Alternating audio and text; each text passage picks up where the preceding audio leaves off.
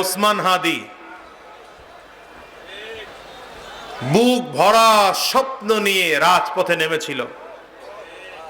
দেশটাকে পরিবর্তন করব, সমাজকে পরিবর্তন করব, সমাজ থেকে দুর্নীতি দূর করব, সমাজ থেকে চাঁদাবাজদেরকে দূর করব।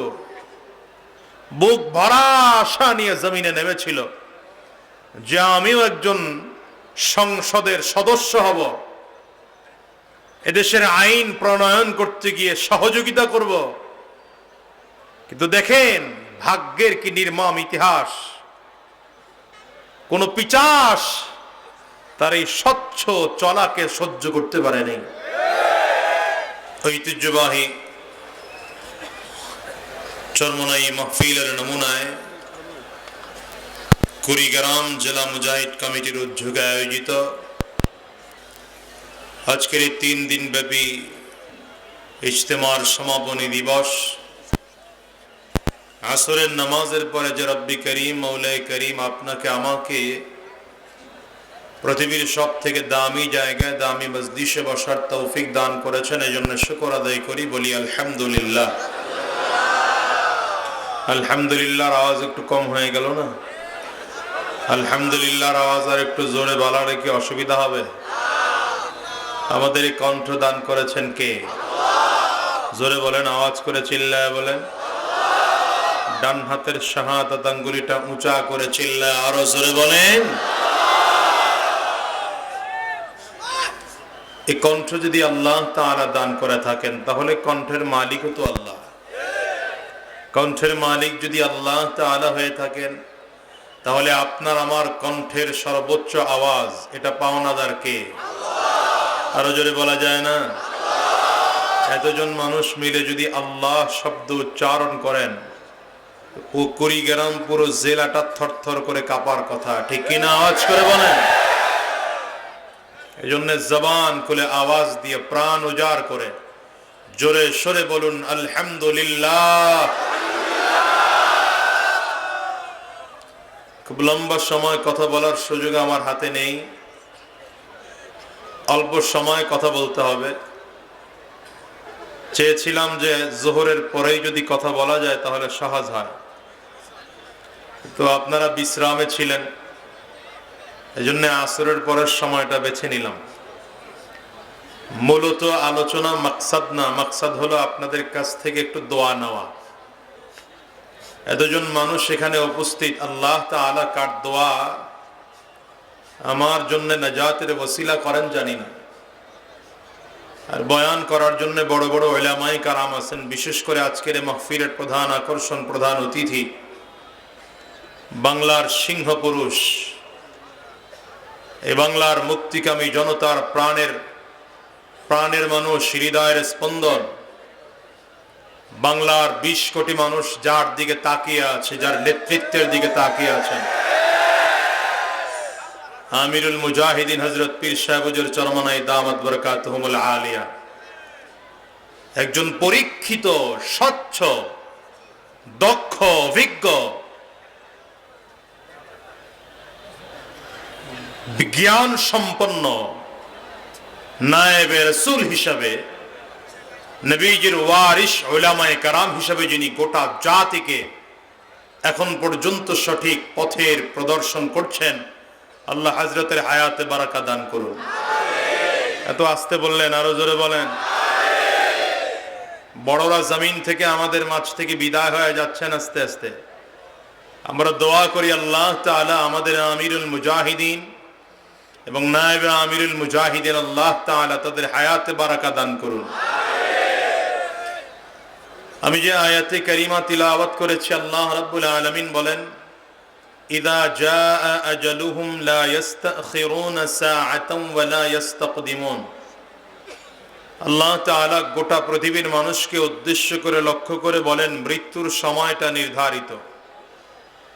যেই দিন হায়াত শেষ হয়ে যাবে, মালাকুল মউত সামনে এসে হাজির হয়ে যাবে।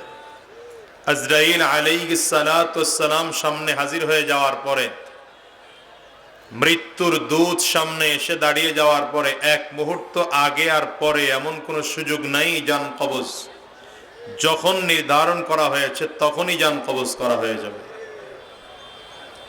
সহজভাবে বুঝেন, এই জমিনে আমরা একদিন কেউ ছিলাম না।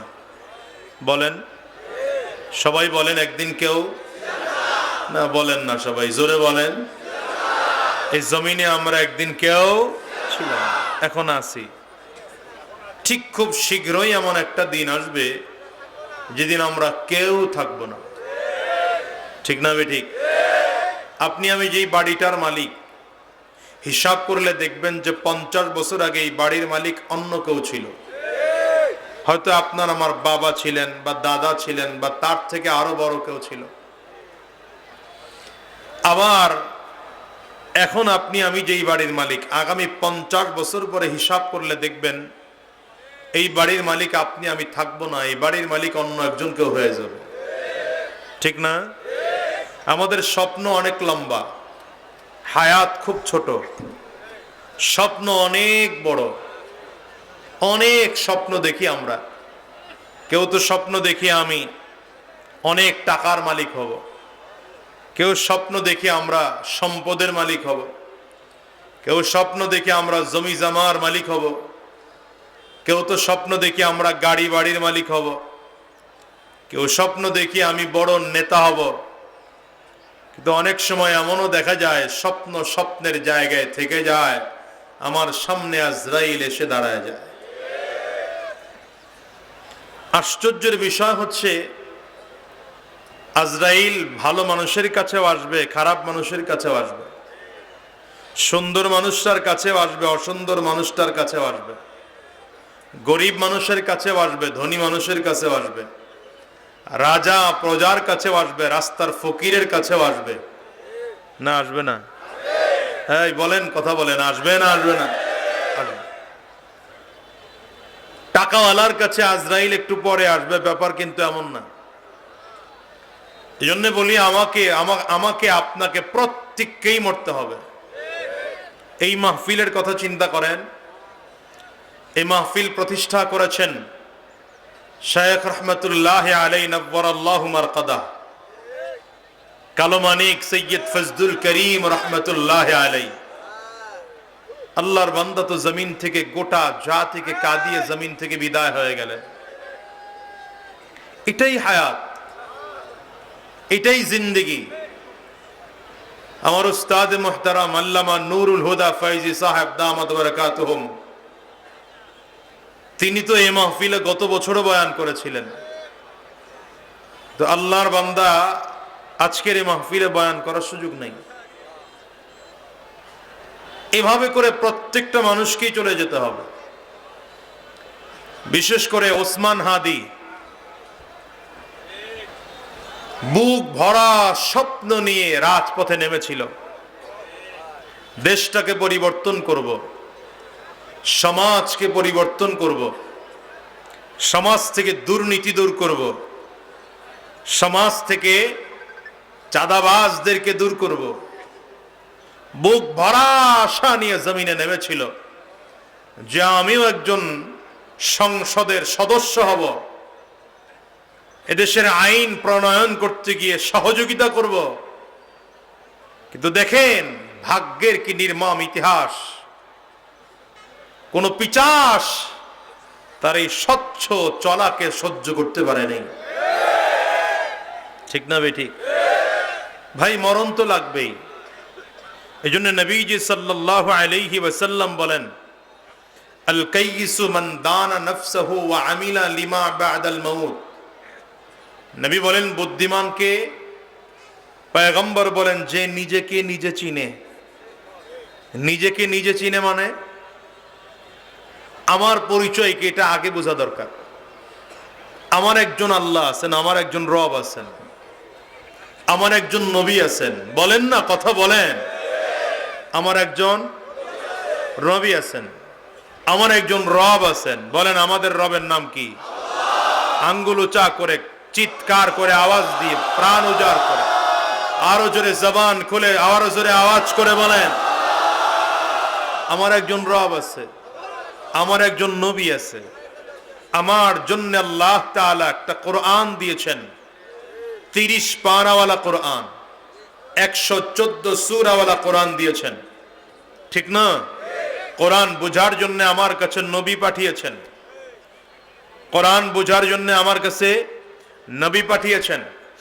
আমার মা মুসলমান, আমার বাবা মুসলমান, আমার দাদা মুসলমান, আমার দাদি মুসলমান, আমার নানা মুসলমান, আমার নানি মুসলমান। আমি মুসলমানের ঘরে জন্মগ্রহণ করেছি, আমি কালিমা পড়ে মুসলমান হয়েছি, এটা নিজের পরিচয়। হাজার বাধার সম্মুখেও দাঁড়িয়ে আমি আমার পরিচয় বলতে পারবো না। বলেন বলেন বলেন বলেন। কোন রক্তচক্ষের কারণে আমি আমার পরিচয় ভুলতে পারবো না, এটা সম্ভব না। কথা বলেন না কেন? কারো কণ্ঠস্বর উঁচু হয়ে গেল আর আমি আমার পরিচয় ভুলে গেলাম, এটা হতে পারে না। এটা আমার পরিচয়, আমি মুসলমান, আমার ইসলাম আমার সব থেকে আপন। বলেন, আমার আল্লাহ আমার সব থেকে আপন, আমার নবী আমার সব থেকে আপন, আমার কোরআন ও সুন্নাহ আমার কাছে সব থেকে আপন, ঠিক না? জীবন দিতে পারি, এটা ছাড়তে পারি না। জীবন দিতে পারি, কোরআন সুন্নাহর বিপরীত চলতে পারি না। জীবন দিতে পারি, আল্লাহর বিরোধিতা করতে পারি না। জীবন দিতে পারি, নবীর বিরোধিতা করতে পারি না। রক্ত চক্ষুকে ভয় পাই না, ঠিক কিনা? আজ করে মানে এটা ঈমানের দাবি, এটা ঈমানের দাবি। সত্য পথে চলবো, ইসলামের পথে চলবো, কোরআনের পথে চলবো, এটা হলো আমার পরিচয়। নবী বলেন, বুদ্ধিমান কে? যে নিজেকে নিজে চিনে। দ্বিতীয় নম্বর, ওয়ামিলা লিমা বাদাল মাউত, মৃত্যুর পরের জিন্দেগির জন্য মরার আগেই আমল করে। কবে আমল করে? মৃত্যুর পরের জিন্দেগির জন্য মরণের আগেই ভালো আমল করে। এ হলো বুদ্ধিমান। আমাদের তো বুদ্ধিমান মনে করি যার টাকা বেশি আছে, যার সম্পদ বেশি, যার ক্ষমতা বেশি, মনে করে সে অনেক বুদ্ধিমান। না, সে বুদ্ধিমান না। বলেন, বুদ্ধিমান কে? যে নিজেকে নিজে চিনে, এক নম্বর, যে নিজেকে নিজে চিনে। দ্বিতীয় নম্বর, মৃত্যুর পরের জিন্দেগির জন্য মরণের আগেই ভালো আমল করে, ঠিক না? এই জন্যে নবীজির সাহাবায়ে কারামদের অবস্থা এমন ছিল যে সাহাবায়ে কারাম দুনিয়াতে সাদা সিধা চলতেন, কিন্তু আখিরাতের এক একজন বড় বড় বড় বড় জান্নাতের মেহমান। বাদশাহ হারুনুর রশিদের নাম শুনেছেন? বাদশাহ হারুনুর রশিদ রহমতুল্লাহ আলাইহির জামানায় একজন পাগল ছিলেন, মজজুব টাইপের। বেশিরভাগ সময় কবরস্থানে থাকতো, কবরস্থানেই বসে থাকতো। বাদশাহ হারুনুর রশিদ একবার ওই কবরস্থানের পাশে রাস্তা দিয়ে হেঁটে যায়, তাকে দেখে বাহলুল নামের এই মজজুব বা পাগলটা কবরের মধ্যে বসা। বাদশাহ দূর থেকে দাঁড়ায় ডাক দিছে, এই বাহলুল, সারা জীবন কি তুই পাগল থাকবি? তোর কি আর কোনোদিন হুঁশ ফিরে আসবে না? ডাক দিয়েছেন কে? বাদশাহ। বাহলুল পাল্টা চিৎকার করে ডাক দেয়, এই হারুন, তুমি গোটা জিন্দেগি পাগল থাকবা, জীবনে আর তোমার হুঁশ ফিরে আসবে না? বাদশাকে এমন ডাক দিতে দেরি তো বাদশাহ থমকে দাঁড়ায় গেছে। বাহলুলের সামনে এসে দাঁড়ায় বলে, এই বেটা, আমি পাগল কেমনে? আমারে দেখো, আমি রাজপ্রাসাদে থাকি। ওটা পাগল তো তুই, তুই না কবরস্থানে থাকো, বাড়িঘর বাদ দিয়ে এই কাঁচা মাটির মধ্যে পড়ে থাকো। তো বাহলুল ডাক দেয়, বাদশাহ, আপনি যে রাজপ্রাসাদে থাকেন এটা আপনি বানাইছেন? হ্যাঁ, আপনি যে বাড়ি রাজপ্রাসাদে থাকেন এটা আপনি বানাইছেন? বলে, না, আমি বানাই না। কে বানাইছে? বলে, আমার দাদা। কই আপনার দাদা কই? বলে, আমার দাদা তো জমিন থেকে বিদায় হয়ে গেছে। এরপরে মালিক কে হলো? বলে, আমার বাবা। আপনার বাবা কই? সেও তো চলে গেছে। এরপরে মালিক কে? বলে, আমি। আপনি চিরজীবন থাকবেন? বলে, না, আমিও তো চলে যাব। আপনি চলে যাওয়ার পরে মালিক কে হবে? বলে, আমার সন্তান। সন্তান বিদায় হওয়ার পরে মালিক কে? বলে, আমার নাতি। সে চিরজীবন থাকবে? বলে, না, সেও জমিন থেকে বিদায় হবে। কি বিদায় হওয়া লাগবে না? লাগবে না? এই দুনিয়াটা তো মুসাফির খানা, ইহা হাম সব মুসাফির হ্যায়, यहाँ हम सब मुसाफिर है वही आखिर ठिकाना। यहाँ हम सब मुसाफिर है वही आखिर ठिकाना। कोई आगे रवाना है कोई पीछे रवाना। यहाँ हम सब मुसाफिर है वही आखिर ठिकाना। कोई आगे रवाना है कोई पीछे रवाना। দুনিয়াতে যত দেখেন সব মুসাফির, সব মুসাফির, সব মুসাফির। এই সব কবরের পথের যাত্রী। কেউ তো দুদিন আগে যাবে, কেউ তো দুদিন পরে জমিন থেকে বিদায় হয়ে যাবে। বাহলুল ডেকে বলে, বাদশাহ আপনার দাদা জমিন থেকে বিদায় হয়ে গেল, কোথায় গেল? বলে কবরে। আপনার বাবা বিদায় হয়ে গেল, কোথায় গেল? বলে কবরে। আপনি বিদায় হলে কই যাবেন? বলে কবরে। আপনার সন্তান যদি বিদায় হয়ে যায় সে কই যাবে? বলে সেও কবরে চলে যাবে। আপনার নাতি জমিন থেকে বিদায় হয়ে গেলে সে কোথায় যাবে? বলে সেও কবরে চলে যাবে। বাহলুল লিখে বলে, বাদশাহ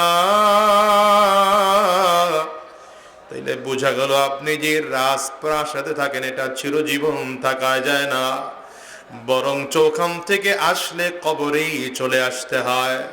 আপনার দাদাও কবরে চলে আসছে, বাবাও কবরে চলে আসছে, আপনিও কবরে চলে আসবেন।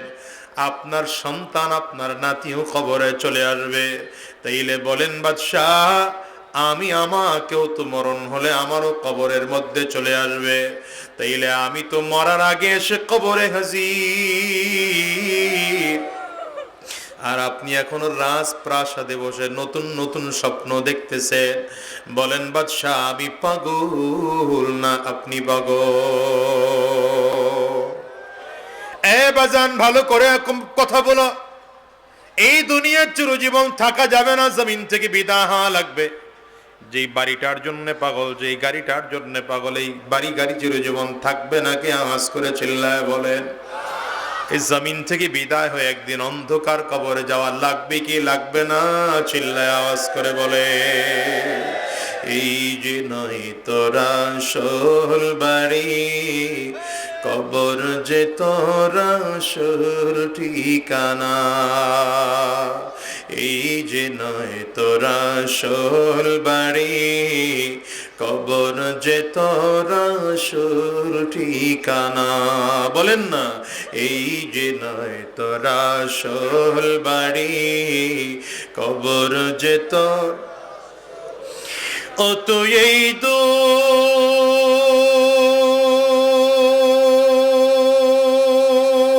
দুনিয়ার মায়া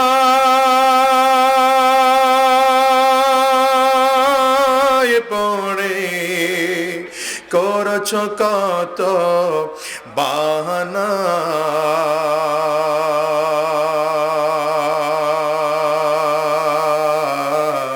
এই যে নয় তোরা আসল বাড়ি, কবর যে তোরা আসল ঠিকানা। বলো, এই যে নয় তোরা আসল বাড়ি, কবর যে তোরা আসল ঠিকানা।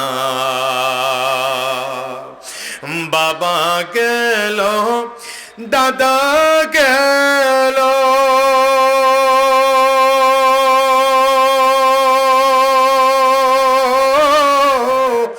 একে একে সব হারালো। বাবা গেল দাদা গেল,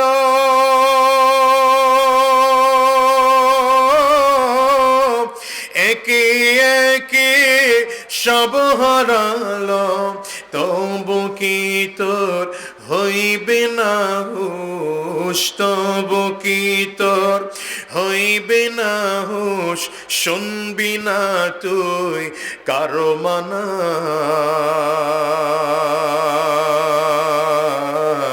এই যে নয় তোরা আসল বাড়ি, কবর যে তোর আসল ঠিকানা। বলে এই যে নয় তোর আসল বাড়ি, কবর যে তোর আসল ঠিকানা। বাজান, এই দুনিয়ায় কেউ থাকতে পারে নাই, তুমি আর আমিও জমিনে থাকতে পারবো না। এই দুনিয়ায় ফেরাউন ছিল, নমরুদ ছিল, কারুন ছিল, সাদ্দাত ছিল, হামান ছিল, আবু জাহাল ছিল, আবু লাহাব ছিল, উতবা ছিল, সাহেবা ছিল। বলেন এরা দুনিয়া আছে না জমিন থেকে বিদায়।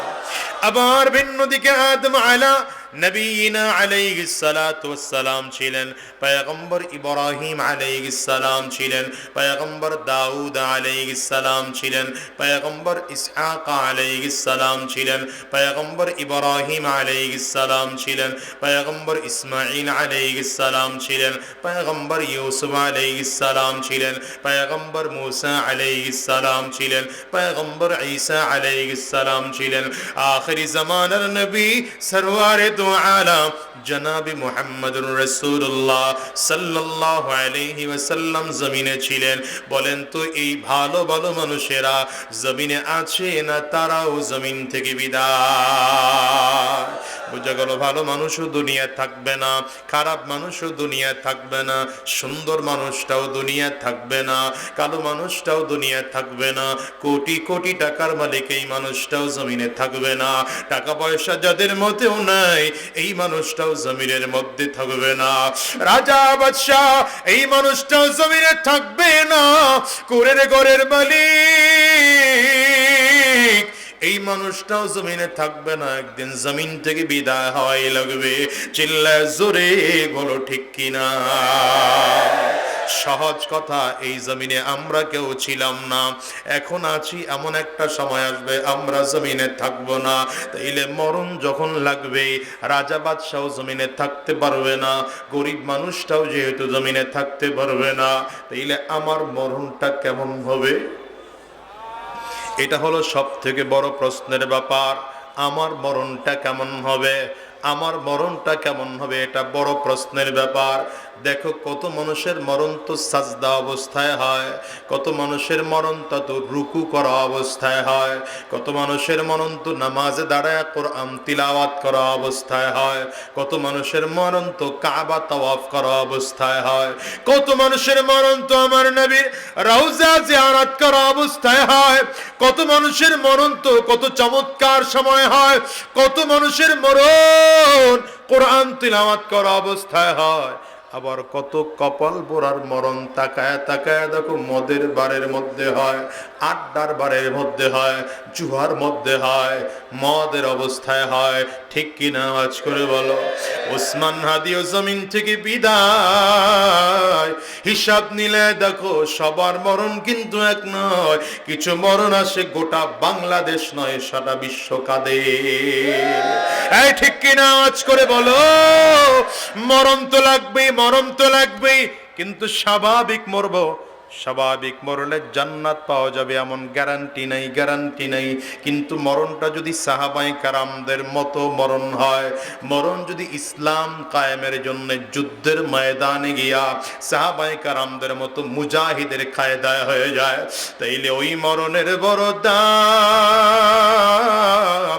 মানুষ দেখবে আমার শরীরটা ক্ষত বিক্ষত, কিন্তু আমি আল্লাহর কাছে দামি। বলো ঠিক কিনা বলো? এই জন্য খালিদ বিন ওয়ালিদ রাদিয়াল্লাহু আনহু, নবীর সাহাবী, যাকে খালিদ সাইফুল্লাহ বলা হতো, খালিদ বিন ওয়ালিদ রাদিয়াল্লাহু আনহু গোটা জিন্দেগি যুদ্ধ করেছেন দ্বীনের পথে, ইসলামের পথে। তো ইন্তেকাল যখন করেন, বিছানায় তিনি ইন্তেকাল করেছেন, বিবিকে ডাক দিয়ে বললেন, প্রাণের বিবি আমার, আমার পুরো শরীরটা দেখো, আমার কোনো অঙ্গ এমন আছে নাকি যেখানে তরবারির আঘাত লাগে নাই? বিবি পুরো শরীরের অঙ্গ প্রত্যঙ্গ খুঁটে খুঁটে দেখে বললেন, স্বামী আমার, আমি তাকিয়ে দেখিয়ে দেখি আপনার গোটা অঙ্গের এমন কোন অঙ্গ নাই যেখানে তরবারির আঘাত নাই। বলে এই তরবারের আঘাত সহ্য করেছি আমার নবীর দিন জমিনে জিন্দা করার জন্য। এই তরবারের আঘাত সহ্য করেছি আল্লাহর কোরআন ও নবীজির সুন্নাহ জমিনে জিন্দা করার জন্য। এই আমার তরবারে আমার গোটা জিন্দেগীর আমার অবস্থা ছিল, আমি তো আল্লাহর রাস্তায় শহীদ হয়ে যাব। এই জন্য আমার নবী আমার নাম দিয়েছেন খালিদ সাইফুল্লাহ। আমি আল্লাহর তরবারি, আমার মরণটা কেন বিছানায় হবে? আমি মানতে পারি না। যুদ্ধের ময়দানে হলে তো শহীদ হয়ে যাইতাম। বিবি ডাক দেয়, প্রাণের স্বামী আমার, আপনাকে নবীজি ঘোষণা দিয়েছেন আপনি তো সাইফুল্লাহ, আপনি তো আল্লাহর তরবারি। আল্লাহর তরবারিকে জমিনে ফেলবে, শোয়া ফেলবে এমন সাহস পৃথিবীর কারণা। এমিয়া মরণ তো হবে, কিন্তু মরণটা যদি ইসলাম কায়েমের জন্য হয়, মরণটা যদি কোরআন কায়েমের জন্য হয়, মরণটা যদি আল্লাহর দ্বীন জমিনে জিন্দা করার জন্য যদি হয়, মরণটা যদি শয়তানের বিরুদ্ধে যুদ্ধ করতে গিয়ে হয়, ওই মরণের দাম আছে না নাই? আছে না নাই? আছে না নাই? চিল্লা ছড়িয়ে দিবে বান্দা আমার মালিকের সরাসরি দেখবে।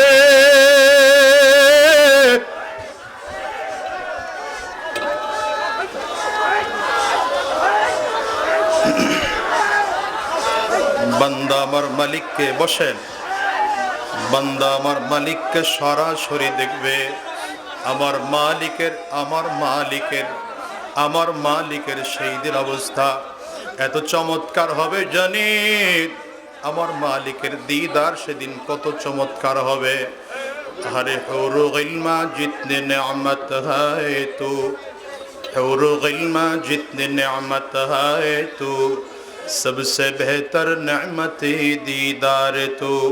আমার হারে বলে কিয়ামতের ময়দানে আমার মালিকের দিদার এত পাওয়ারফুল হবে। জান্নাতে যত হুর থাকবে, গিলমান থাকবে, যত নাজুর নেয়ামত থাকবে, সব থেকে উত্তম দিদার হবে আমার মালিকের দিদার। এই জন্য বলি মানুষ সাবধান, দুনিয়ার পাগলের পাগলামিতে পড়িও না, দুনিয়ার ক্ষমতার পেছনে দৌড়াইও না, দুনিয়ার টাকাওয়ালার পেছনে দৌড়াইও না।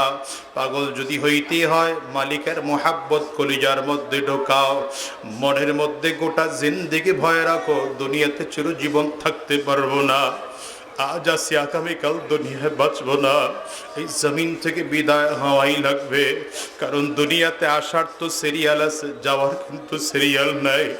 এই দুনিয়া আগে বাবা আসে, তারপরে দাদা আসে, তারপরে বাবা আসে, তারপরে সন্তান আসে। যাওয়ার সময় এমন হয় দাদা দুনিয়া থাকে, নাতি জমিন থেকে বিদায় হয়, বাবা দুনিয়া থাকে, সন্তান জমিন থেকে বিদায় হয়। এই বাজান আপনার আমার ক্ষেত্রে এমন হতে পারে কি পারে না? আজকের এই মজলিসে তাকায় দেখেন না, কত মানুষ যেন আছে বাহারা, কত মানুষ যেন আছে বাবাহারা। অনুরোধ করে গেলাম সাবধান, দুনিয়ার পাগলামির পেছনে না পড়ে মোহাব্বত আমার মালিকের মোহাব্বত কলিজায় ঢোকাও। দুনিয়ার পাগলামির পিছনে না পড়ে আমার মালিকের ভয় কলিজায় ঢোকাও, জাহান্নামের ভয় কলিজায় ঢোকাও, জান্নাতের মোহাব্বত কলিজায় ঢোকাও। হারাম রাস্তা ছেড়ে দাও, শয়তানি রাস্তা ছেড়ে দাও। কুড়িগ্রামের আজকের ইস্তেমার মধ্যে যারা হাজির, আমিরুল মুজাহিদিনকে যারা পাইছ, এমন আল্লাহওয়ালাকে সামনে পাইয়া আরেক আল্লাহর ওলির কবরের পাশে বসে আছো, যেই মানুষটার লাশটাকে তাজা পাওয়া গেছে বাবা, এমন জায়গায় আসার পরে দিলটাকে নরম করে ফেলো। আর আমিরুল মুজাহিদিনের হাতে হাত দিয়া আখিরি মোনাজাতে পাক্কা সাচ্চা দিলে তওবা করো। আর মালিকরে বলো, আল্লাহ যতদিন এই জমিনে বেঁচে থাকবো আর হারাম রাস্তায় চলবো না, আর শয়তানি রাস্তায় চলবো না, আর গুনাহের পথে চলবো না। কারা কারা ওয়াদা করতে পারো? দুইটা হাত উঁচা করে আমার আল্লাহকে দেখাও, আওয়াজ দিয়ে চিল্লাইয়া জোরে ডাক দাও আল্লাহ। নিজের গুনাহের কথা স্মরণ করে ডাকো আল্লাহ, আরে নিজের গুনাহের কথা স্মরণ করে ডাকো আল্লাহ। কবরের আযাবের কথা স্মরণ করে আমার মালিকরে ডাক দাও আল্লাহ। অনেকের ঘরে মা নাই, বাবা নাই, আব্বা আম্মার কথা স্মরণ করে আমার মালিকরে জোরে ডাক দাও আল্লাহ। দয়ার মালিক, সবাই মিলে ওয়াদা করলাম দুনিয়ার তালে পড়বো না, হারাম রাস্তায় চলবো না, শয়তানি রাস্তায় চলবো না। আজকের এই ময়দানে বসে ওয়াদা করব, যতদিন এই জমিনে থাকবো তোমার গোলামি করব। আল্লাহ তুমি কবুল করে নাও, কবুল করে নাও। আওয়াজ দিয়ে বলো আমিন, আর জোরে বলো আল্লাহুম্মা আমিন।